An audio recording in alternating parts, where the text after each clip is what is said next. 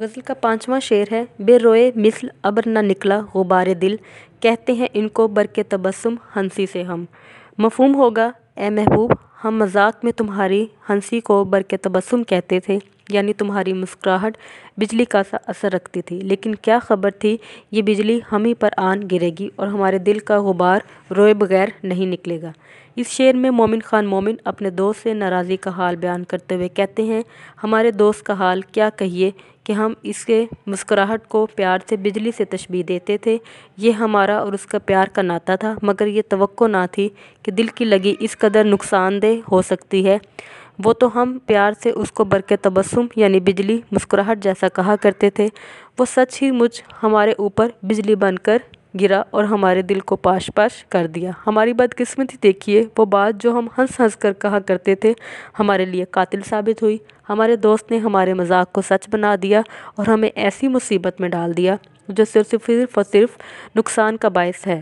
مگر یہ بات ہمارے لیے بہت تکلیف دہ ہے، ہم اس بات کو کھل کر بیان نہیں کر سکتے، یعنی اپنی بات کسی کو بتا نہیں سکتے، ہم رو نہیں سکتے، ہم اپنی دل کی کیفیت بیان نہیں کر سکتے، ہم رو کر اپنے دل کا دکھ وہ ہلکا نہیں کر سکتے۔ یہ ہمارے لیے صدمے سے کم نہیں۔ بہرحال قسمت کی بات ہے، ہمیں اپنے دوست سے ایسی امید نہیں تھی۔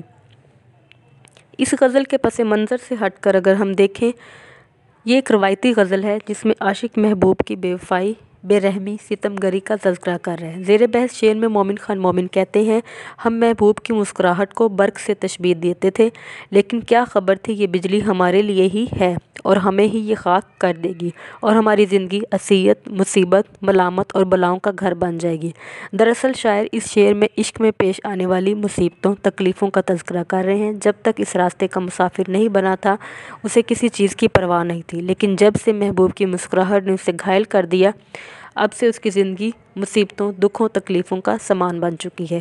اسے کسی پل چین نہیں آتا، اسے کسی پل سکون نہیں آتا، ہر لمحہ تڑپ اور بے قراری رہتی ہے۔ اسی کیفیت میں اس کی زندگی گزر رہی ہے۔ غزل کا 6واں شعر ہے۔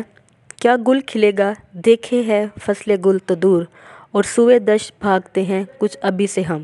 اس کا مفہوم ہوگا موسم بہار آنے میں ابھی دیر ہے، لیکن ہم تو ابھی سے صحرا کی طرف چل نکلے ہیں، خدا جانے اس دیوانگی کا کیا نتیجہ نکلے گا۔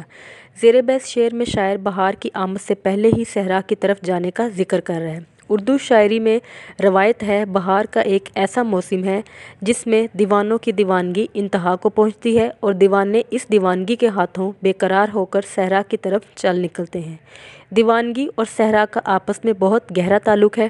دیوانگی کے عالم میں انسان اپنے سامنے تنگ و تاریک گلیوں کی بجائے صحرا کی وسعت چاہتا ہے جس سے اس کی دیوانگی سما سکے۔ اس لیے اردو شاعر بہار کی آمد کے ساتھ ہی صحرا کی طرف چل نکلتے ہیں اور کثرت سے اس بارے میں مضمون بیان کرتے ہیں۔ اس لیے شاعر اس موسم میں بہار کا ذکر کر رہا ہے، لیکن اس کی دیوانگی اس حد تک پہنچ چکی ہے کہ موسم بہار دور ہے اور صحرا کی طرف بھاگا جا رہا ہے۔ اس لیے وہ خود بھی اپنی دیوانگی پر حیران ہے کہ اس کا کیا نتیجہ نکلے گا۔ دراصل عاشق ازل سے ہی بہار کی آمد کے ساتھ جنوں کا سوار ہو جاتا ہے، یہ طے شدہ بات ہے۔ شاعر کہتے ہیں کہ عاشق پر جنون عشق کی شدت بہاروں کے موسم میں کچھ زیادہ ہی ہوتی ہے، لیکن اس کو کوئی اثر نہیں ہوتا کہ دوسرے اس کے بارے میں کیا سوچتے ہیں، لیکن جو کچھ اس پر بیت رہا ہے وہ سب سے جدا ہے۔ اس کی اس دیوانگی اب انتہا کو پہنچ رہی ہے۔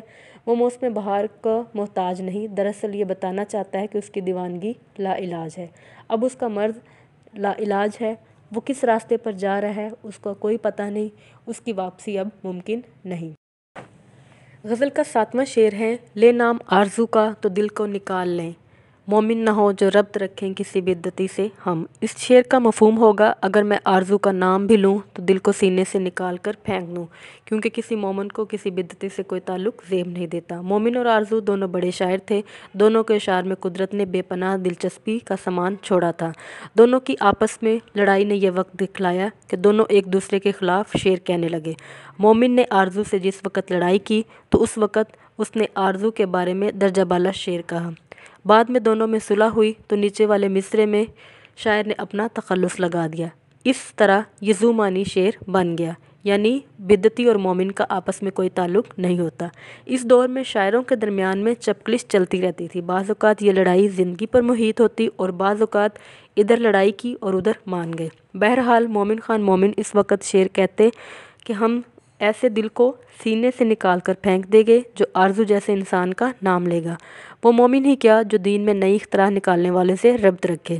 مومن کے نزدیک یہ شعر اس وقت کہا گیا جب دونوں کے درمیان میں جھگڑا ہوا تھا، مگر بعد میں صلح ہو گئی تو دوستی پھر سے ہونے لگی۔